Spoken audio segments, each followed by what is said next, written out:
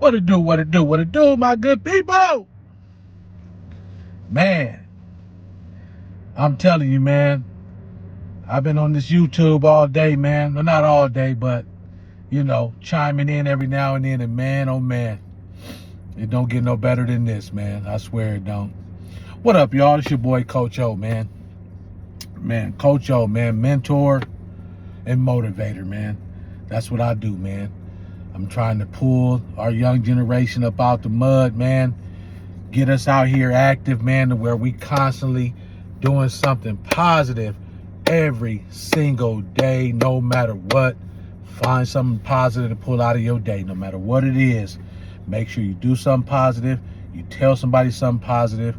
Just make sure that your word means something to the next person, especially if they got less than you. Yeah, man, again, man, I'm loving all this content, man. Oh, and again, man, like I always say, the first thing I should lead with, man, listen, subscribe to your boy, man, Coach O. Subscribe to my channel, man, Coach O, man. And when you subscribe, man, make sure you watch the video from start to finish. Watch the video, man. The videos are never that long, and you definitely got enough time. And if you like it, then like it and comment on it, man. Please leave comments so I can figure out what I could do better. That's what the comments are for, man. Be very constructive, man. I could take it. So yeah, man, I'm just tapping in. It's gonna be a real quick video, man. But this right now, I just want to give a shout out to one of the brothers that I've been following on here for a long time, man. And I was listening to his video today. Touching story, man. Not necessarily touching, but it's proven to me that I don't care who you are and what you have been through, there is something else out there for you. And it's brothers like this brother I'm about to talk about, and he don't know me from a can of paint, and I don't know him personally. Most of the followers that we have on YouTube is just somebody that you just catch on to. It's really more about being able to relate to somebody who shares a very similar story than you do. Now, when I say similar story, it doesn't mean you've been through the same things they've been through, but you have seen so much. You've seen a lot of the stuff that those of these people talking about. It's like my favorite rapper is somebody that when he raps, I can relate to everything that he's saying. I can relate to it.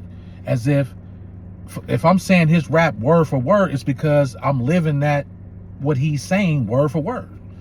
So when you relate to something or you relate to somebody, whether it's, whoever your role models are, you have to be able to relate to them for them to become your role models, right? Anyway, man, I just wanted to bring this up, man. So this brother name is Big Tony, formerly known as Cartoon 5 Trade Man from Avalon. Everybody know him. Dude got well over 100,000 subscribers. If you have followed this dude from the time he got on YouTube to now, man, you'll see what kind of brother this dude is, man. And I admire him for the fact that I'm watching how he hustles, homie. I admire his hustle. And I just admire the fact that you could change, man. Everybody can change. Change is right around the corner. You just got to take the right steps and not the left steps, right? Make the right turn, not the left one. And if you do, you could always straighten back out and correct it. So, but let me just get to it real quick, man. So I was listening to his story today, and you can go on here and find, you can go on YouTube and follow him and find his story as well. Or today's story that he had earlier about how the police came to his house. And I mean, it says to me that when you take on one, you take on a higher power. But two, no matter what's going on in your life or how you're doing, you have to stick to what the ultimate plan is. And when you start to do those things, you got to change all these other things in your life. You can't live the same lives and do the same thing and make changes in your life. You got to change the people around you. That's a must. You got to change your program. Whatever your program is, you have to change it. You know, especially when you're in the third and fourth quarters of your life. You know, once you turn 50, you're in the third quarter. And I mean, at that point, it's about survival. You know, you got to stay healthy. You got to eat right, and mentally, you got to be in the right space, because we are definitely more vulnerable when we get older. The world around us is much younger, and they're much more violent. You know, again, you're not getting head up fades anymore. We understand that. You know, and that's, I mean, just for those who, you know, give a shit. Excuse my language, but the way that it used to be is not what it is now. In some cases, yeah, but in most cases, it's not. But basically, his story was how, because he's changing his life for the Lord, he's decided to, everything or anything that's negative that will set him back from what his ultimate plan is, you have to subtract that from your life. And, you know, somebody who's done most of his life in jail, one way or another, which we know a bunch of people like that. I got family that's like that. At some point, when you start to have a lot of success, you can make some bad moves. So you got to continue to point in the right, you got to continue to try to point in the right direction to avoid making mistakes, right? And he was just talking about how, you know, I don't know exactly what happened. He got into some trouble, this, that, whatever the story is. He had a situation. We'll just say he had a situation.